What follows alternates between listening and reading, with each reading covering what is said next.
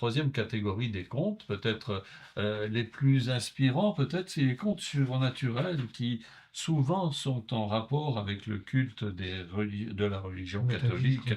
Pouvez-vous nous dire quel Ah, type de récit on retrouve à propos de ces phénomènes surnaturels? d'abord, disons au départ là, que ces contes-là, les contes que j'appelle surnaturels, Oui. dans lesquels il y a un peu de fantastique nécessairement, Ah, ah, donc c'est des contes qui se rapprochent le plus de la légende. oui.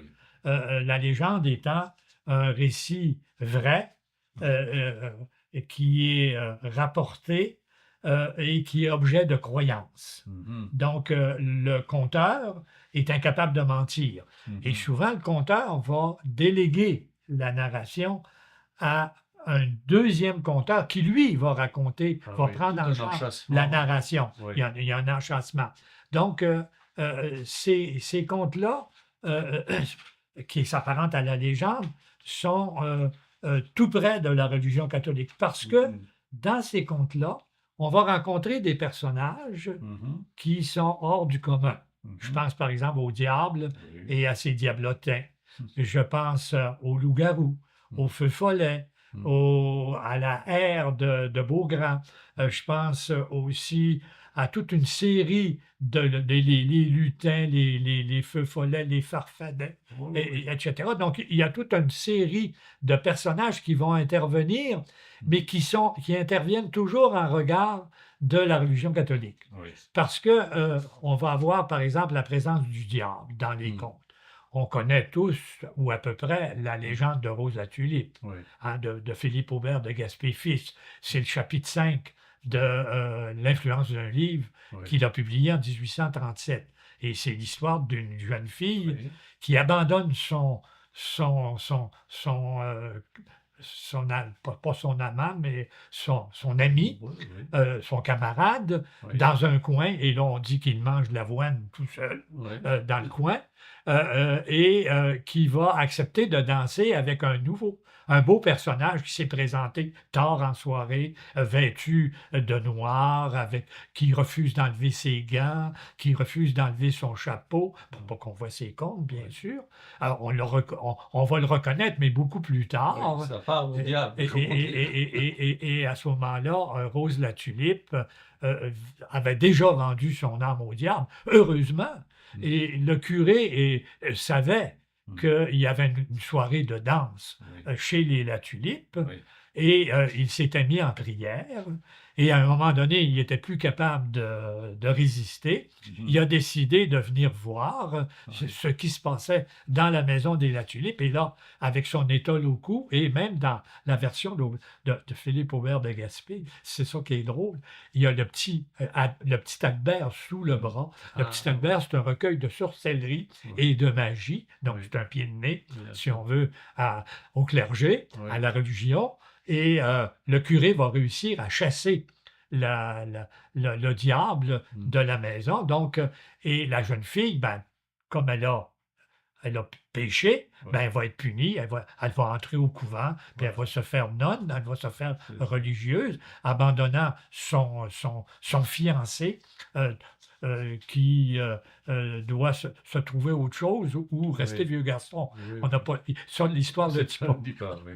Donc même à Donc, il y a l'intérieur le de diable, il y oui, a le c'est diable, ça. il y a le diable aussi qui intervient dans la chasse-galerie, par exemple, Voilà, ça je pense de que c'est un grand Beaugrand, parce que thème. là, on va conclure un pacte avec le diable pour aller danser Oui, sur pour le 1er janvier, le soir oui, du réveillon du 1er janvier. Et il faut qu'il soit toujours en nombre pair, de sorte que ils ne doivent pas prononcer le nom de Dieu, ils doivent éviter les clochers d'église, etc. Donc, oui. et il va arriver ce qui va arriver dans certaines versions. Et c'est ce qui est étonnant chez Beaugrand, qui était pas un croyant, Oui, c'est qui sûr, était oui.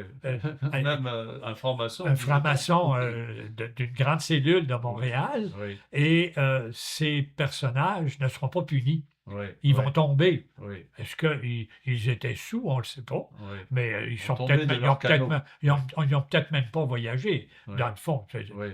quand on analyse. Mais dans certaines versions, par exemple, la version de Louis Fréchette, Mm. ben, son personnage, il va se blesser parce qu'il a donné un coup de hache sur son canot et Joe Violon avait mis sous la pince du canot une image de l'enfant Jésus, donc le canot ne D'accord. s'envolera pas Oui, il se blesse à un bras. oui, Il se coupe un bras, oui. blessé sérieusement, et Joe Violon nous dit qu'il va le retrouver Mm. comme une espèce de personnage abandonné Mhm. devant une église, Ouais, quêtant, demandant la charité, donc, ouais, etc. Alors, il est puni lui aussi. Donc, vous ouais, voyez, exact. il y a des loups-garous, Oui, c'est eux qui n'ont pas fait leur Pâques pendant 7 ans. Et oui. au bout de 7 ans, ils peuvent virer loup-garou. Ah oui, Heureusement, il y a toujours un personnage sympathique, croyant, qui va va lui les ramener tracer dans le bon chemin. une croix Oui, pour faire couler de l'eau. Il y a les feux follets c'est un personnage qui a été 14 ans sans faire ses Pâques. voilà, Et oui, là, il va virer ouais, les gars. le feu follet. Et là, ils sont dangereux parce que c'est des petites bêtes qui Oui, dérangent les gens le soir à la brunante, oui, etc. Donc, et il y a d'autres personnages comme ça. La R, par exemple, c'est parce que le personnage de la R de Beaugrand, il a fait des Pâques de renard. Faire des Pâques qu'est-ce de que c'est renard, que ça? c'est faire des Pâques en dehors du temps prescrit par la Sainte Ah, Église. Donc, on ne devait pas faire ses Pâques après la Quasimodo. Et oui, là, lui, il a fait ses Pâques après la Quasimodo, donc il a rencontré la reine. Il a eu une peur terrible, et bien sûr qu'à ce moment-là, ce qu'il va faire, il va faire comme certains personnages qui ont viré loup-garou, il va se hâter d'aller à l'église pour aller mhm, se confesser oui, et aller communier pour être dans les règles de oui, la religion. Donc, oui, il y a des revenants, il y a des fantômes, oui, etc. Donc, c'est c'est très riche en imaginaire. absolument. La richesse de nos contes, de nos conteurs, au niveau de l'imaginaire est exceptionnelle. Oui, Ça, il faut le dire. oui, Et ils ont inventé des histoires euh, auxquelles les gens pouvaient adhérer, bien sûr, parce que mhm. le propre du conte, c'est d'amener le public et les conteurs professionnels, plus tard, vont bien le Vont comprendre, exploiter ça, oui. les amener à adhérer à ce Oui. qu'ils viennent de raconter. C'est ça. Donc, les contes surnaturels, c'est clair, il y a toujours un rapport, vous le dites, avec la légende, peut-être moins avec le merveilleux parce que c'est autre Ah, mais chose. ça c'est une histoire, vous savez, pour aller rapidement, Hmm. et j'ai été étonné de voir qu'il n'y avait pas de conte merveilleux Oui. au 19e siècle. Et ça peut se comprendre quand on connaît un peu l'histoire littéraire Hmm. et qu'on connaît, par exemple, tout, tout ce qui s'est passé autour de la création des soirées canadiennes Hmm. avec Casgrain et Hmm. Taché. On voulait demander au peuple de se hâter de raconter des histoires avant qu'on les ait oubliées. Voilà, oui. C'était pas tout à fait ça la parole de Charles Nodier. Hmm. C'était hâtons-nous d'écouter des histoires avant qu'on les ait oubliées. Ah, ah. Et ce qui va arriver, c'est que les conteurs vont abandonner les contes merveilleux parce que ce sont de tous les pays, de tous les temps, de Oui, toutes les époques. Ils oui, sont dans toutes les littératures. oui. Ça ne correspond pas à une littérature nationale. C'est ça, ce sont des Et archétypes. quand il y a eu le colloque sur les dimensions du merveilleux à Oslo, à la fin des années 1980, je pense, Oui, on m'avait demandé de venir bien parler du sûr. merveilleux dans le conte littéraire au 19e siècle. Il n'y en a pas de conte merveilleux au 19e siècle, ou très peu.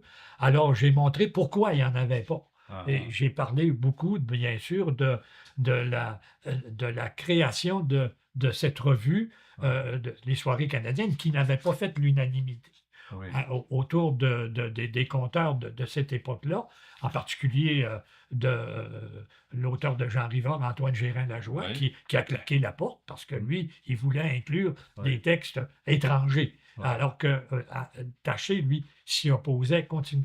Voilà. Tout à fait.